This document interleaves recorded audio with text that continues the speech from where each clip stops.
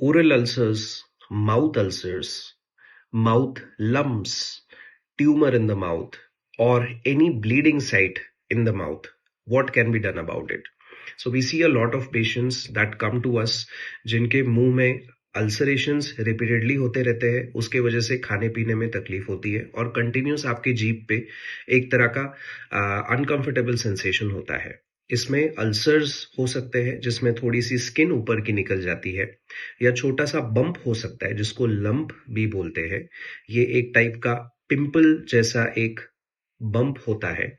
इसके अलावा repeated bleeding हो सकती है मुंह में कहीं से भी, जनरली गाल के अंदर के साइड से या टंग के लैटरल बॉर्डर पे ये ब्लीडिंग्स हमेशा होती है या अल्सर्स होते हैं. तो ऐसे सिचुएशन में क्या करना चाहिए? सबसे पहली बात, आपकी पर्सनल हिस्ट्री जाननी चाहिए. क्या आप टोबैको का सेवन कर रहे हैं? क्या आप स्मोकिंग कर रहे हैं? क्या आप ऐसी कोई चीज खा रही है जिससे रिपीटेड ट्रॉमा आपके मुंह में होता है? फॉर एग्जाम्पल बीटल नट, सुपारी या पान या लौंग.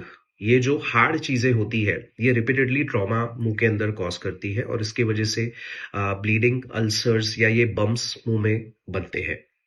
इसके अलावा अल्कोहल का आपका इंटेक ज्यादा है क्या? दारू आप ज्यादा पी रहे हैं क्या?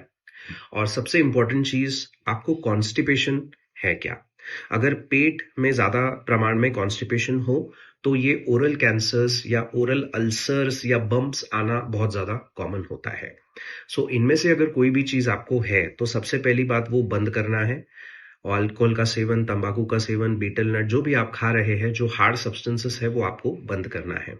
सेकेंड इंपॉर्टेंट चीज, हाइड्रेशन बहुत ज्यादा इंपॉर्टेंट है. अगर आप डिहाइड्रेटेड है, आप अगर धूप में बहुत ज्यादा काम कर रहे हैं या आपका डेस्क जॉब है बट आप पानी की मात्रा बॉडी में उतनी मेंटेन नहीं कर पा रहे हो, तो भी ये ओरल अल्सर्स, माउथ अल्सर्स होना बहुत ज्यादा कॉमन होता है.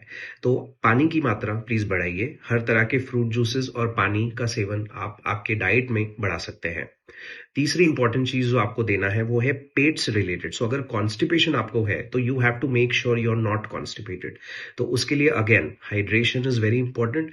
उसके अलावा आप ऐसे कोई सब्सटेंसेस खा सकते हैं जिसकी वजह से आपका लैट्रिन या पॉटी या स्टूल्स इजीली पास हो जाए, कॉन्स्टिपेशन ना हो. For example coconut water and banana and also isabgol husk और इसबगोल पाउडर, ये चीजों की वजह से कॉन्स्टिपेशन नहीं होता है.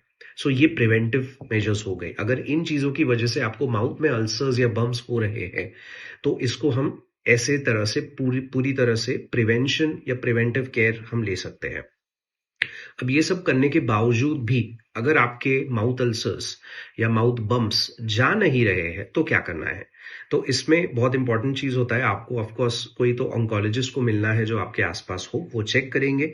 इसमें सिर्फ ओरल कैविटी चेक नहीं होती है बट गला भी चेक होता है, क्योंकि अगर ओरल कैविटी में कहीं भी कैंसर होगा तो वो सबसे पहले आपके गले में शो होता है in the form of swelling, in the form of lymph node enlargement.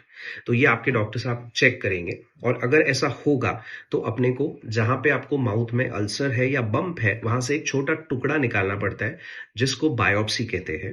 ये प्रोसीजर अपने को करनी पड़ती है ये देखने के लिए कि ये क्या है, ये कैंसर है या और कोई इन्फेक्शन है जो इतने टाइम से ठीक नहीं हो रहा है. बट बायोप्सी कब करें? अगर ये ओरल अल्सर्स आपको रिपीटेडली होते हैं और 1 महीने से ज्यादा टाइम ड्यूरेशन तक ये रहते हैं, जाते नहीं है, 1 महीने से ज्यादा, तो इसकी बायोप्सी करनी है. ऐसे नहीं कि अल्सर हो गया और तुरंत आपने बायोप्सी ले ली. वो फॉल्स नेगेटिव हो सकती है, उसके रिजल्ट्स टैम्पर्ड हो सकते हैं, वो एक्चुअल रिजल्ट शो नहीं करेगा. आपको एटलीस्ट 4 वीक्स के लिए, 30 डेज के लिए रुकना है. अगर वो अल्सर्स या बम्प्स रिपीटेडली आते हैं और 30 डेज तक नहीं जाते हैं कोई भी ट्रीटमेंट करने से, तो आपको बायोप्सी के लिए प्रोसीड करना है. प्लीज ध्यान रखें, ओरल कैंसर्स, माउथ कैंसर्स बहुत ज्यादा कॉमन है और ये आजकल यंगर जनरेशन में बहुत ज्यादा दिख रहे हैं, maybe because of smoking, alcohol consumption, or the overall lifestyle. Okay, so you have to be very careful about all these things. इसके रिलेटेड अगर और भी कुछ डाउट्स आपको है तो आप प्लीज मुझे कांटेक्ट कर सकते हैं. Thank you and have a very good day.